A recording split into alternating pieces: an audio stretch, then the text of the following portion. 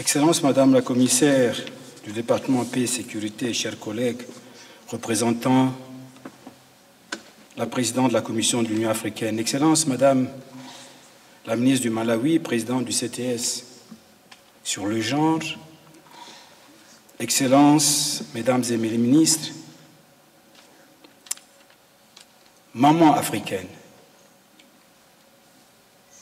maman d'Afrique, je devais dire maman de l'Afrique, je vous salue toutes et je vous prie d'accepter mes vœux les meilleurs pour cette année 2016 qui débute et je vous présente mes compliments en vos rangs et qualités, autant que je vous exprime mon admiration pour votre charme, pour votre élégance et pour votre beauté, bien sûr.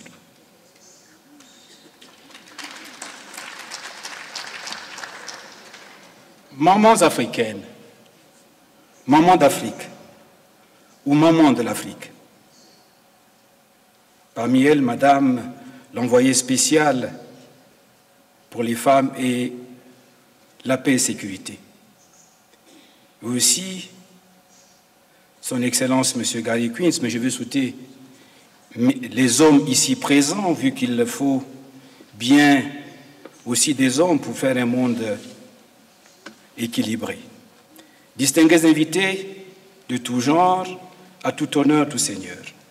Je voulais d'abord remercier les initiateurs et les initiatrices et les organisateurs de ce pré-sommet sur le genre, qui nous offrent l'occasion inespérée de coupler la cérémonie de remise du prestigieux prix scientifique Kwame Nkrumah avec cet événement continental. L'attribution d'un prix scientifique continental spécialement dédié aux scientifiques africaines et qui en réalité n'a de régional que le mode de désignation des lauréats pour nous permettre de ratisser large, souligne au mieux l'engagement de l'Union africaine à promouvoir et à soutenir une plus grande participation des femmes dans le développement du continent. À travers son représentant auprès de l'Union africaine, son Excellence Gary Queens, je voudrais remercier l'Union européenne, qui est l'un de nos principaux partenaires dans ce programme. Mes félicitations et mes remerciements vont également aux communautés économiques régionales qui participent ardemment à la mise en œuvre du programme. Il s'agit pour les 5 régions de l'Union africaine, de la CEDEAO, la CEAC, la COMESA, la SADC et l'UMA. Étant donné le peu de temps qui nous était accordé pour l'intrusion de cette cérémonie dans votre programme, que nous savons tellement chargé, j'aurais pu m'arrêter là. Mais, maman d'Afrique, comment ne pas succomber à la tentation de saisir la si belle opportunité que offre votre tribune pour requérir votre indulgence et vous demander aux mamans de l'Afrique d'autoriser à leur propre fils que je suis de puiser un tout petit peu dans leur crédit de temps afin de plaider la cause de la science, la technologie et l'innovation en Afrique. Maman d'Afrique,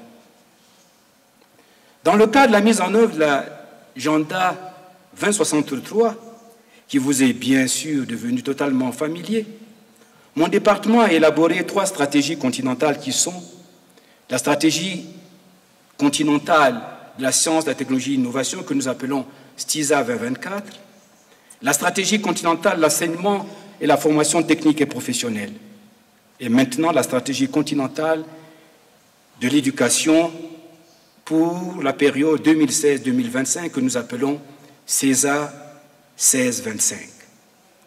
Qu'il nous faudra, ces 3 stratégies, il vous les faudra, nous allons vous demander de les retenir et de les intérioriser, car elles sont au cœur du débat du développement durable du continent, dont vous êtes, n'est-ce pas, les principales actrices pour la mise en œuvre harmonieuse. Pour parler de la STISA 2024, permettez-moi de me reporter un souvenir personnel. Il y a une trentaine d'années, en ma qualité de président de l'Association des inventeurs du Congo, j'organisais à Brazzaville un concours sur l'invention, l'innovation intitulé « Inventer pour aider la femme », dans l'objectif d'alléger les pénibilités du travail des femmes. La volonté exprimée l'année dernière dans le cadre de l'autonomisation des femmes de voir disparaître par exemple la houe procédait de cette même logique. Pourtant, on pourrait dire 30 ans après, aujourd'hui encore j'exprime le regret de n'avoir pas désigné ce concours-là génie de la femme. Tant la mobilisation des femmes fut grande dans la démonstration de leur savoir-faire et de leur capacité à inventer et à innover. Il fallait seulement penser que chaque jour, dans le secret de leur cuisine, les mamans de l'Afrique font de véritables prouesses d'invention et d'innovation qui pourraient parfois être portées dans l'industrie et demain sur les marchés. Imaginez que grâce à la volonté des femmes que nous avions engagées alors, nous avions pu réaliser dans le plus grand hôtel de la place, le premier, malheureusement devenu le dernier, un cocktail où absolument tout ce qui avait été servi provenait du génie créatif des femmes. Tout ce qui a été servi pour manger, mais pour boire, depuis les boissons soft comme on dit, jusqu'aux boissons alcoolisées.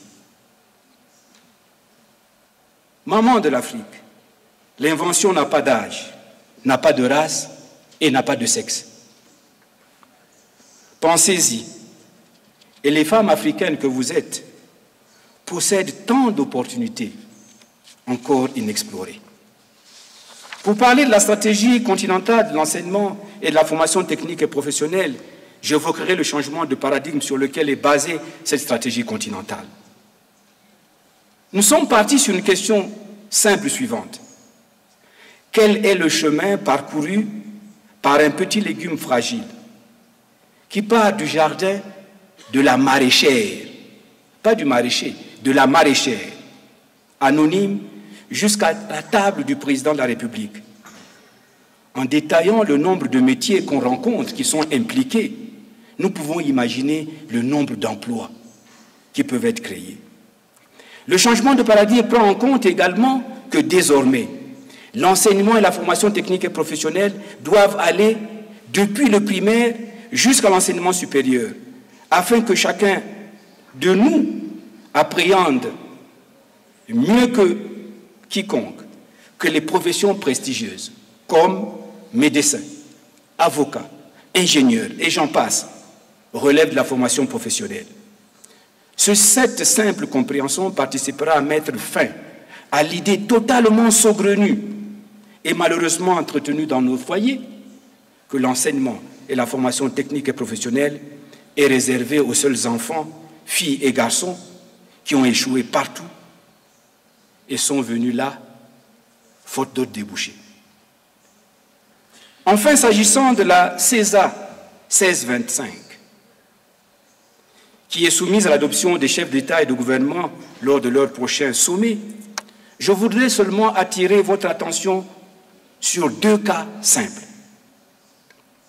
Le premier, lorsque nous examinons les statistiques scolaires globales, tout niveau contenu, force est de constater que dans la plupart des pays, dans la plupart des cas, le genre féminin est plus nombreux, en termes non seulement d'apprenantes, mais aussi d'enseignantes. Le deuxième cas a trait aux mathématiques, tant redoutées comme étant la bête noire de tous les apprenants, particulièrement les apprenantes. Maman de l'Afrique, je vous invite pour cela à visiter n'importe quel de nos marchés africains, en partant de celui d'Antokpa, à Cotonou, jusqu'au plus petit des marchés. Examinons alors ce que font les jeunes petites filles qui vendent dans ces marchés, alors que souvent elles ne sont jamais allées à l'école. Elles vendent à la fois en manipulant diverses monnaies. Elles reçoivent le naira, elles reçoivent le CFA, et peut-être aussi d'autres devises européennes, et peut-être, pourquoi américaines aussi. Elles savent traduire le prix unitaire en prix total, en fonction de la quantité de la marchandise demandée. Puis elles sont capables de rendre la différence dans la monnaie, dans une monnaie souvent différente de ce que donne le client. En réalité, ces jeunes filles réalisent là une des opérations à la base de toutes les mathématiques. Elles manipulent sans le dire la difficile règle des trois. Donc les mathématiques dont on parle sont à la portée de tous. Il suffirait peut-être de s'intéresser à la question de la pédagogie des mathématiques.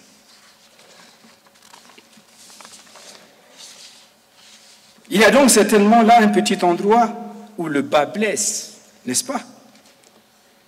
C'est une des missions que mon département fixera au CIEFA, le centre féminin, le centre qui s'occupe de l'éducation des femmes et des jeunes filles en Afrique, afin de mener des réflexions et de proposer des solutions ou des démarches pour débusquer alors où se trouve le mal et améliorer les performances des femmes en matière d'éducation. Chères mamans de l'Afrique, revenons à la cérémonie elle-même pour dire notre regret, oui, notre regret, notre pincement au cœur en ce moment important. Nous ne vous présenterons ici ce jour que 2 lauréats, toutes deux dans la catégorie dite « sciences de la vie et de la terre » et aucune dans l'autre catégorie dite « sciences de base, technologie et innovation » alors qu'elles auraient pu être 10, 2 par région, et une dans chacune des catégories, à même de gagner la coquette somme de 20 000 $. Ce n'est pas parce que les talents féminins manquent ou ont manqué, mais nous avons un véritable défi d'information et d'engagement. C'est à ce titre que nous avons besoin, mamans de l'Afrique, mamans d'Afrique, mères africaines, c'est à ce titre que nous avons réellement besoin de vous, besoin de votre engagement pour encourager les scientifiques africains et même les États, pour qu'ils encouragent les scientifiques africains à participer davantage à cet excellent programme. Je voudrais, au nom de la présidente de la Commission de l'Union africaine, Dr Nkosazana Dlamini Zuma, enfin, féliciter le professeur Merzouk Afida de l'Algérie pour la région du Nord et le professeur Mekonnen Yalem Tsehai de l'Éthiopie pour la région de l'Est, et les inviter à faire des émules afin que l'année prochaine, nous ayons plus de lauréats. Enfin, pour terminer, je voudrais convier toute la presse africaine à faire la publicité autour d'elles, plus que même si elles avaient remporté une médaille d'or aux Jeux africains, voire aux Jeux olympiques. Maman de l'Afrique, je vous remercie pour votre patience.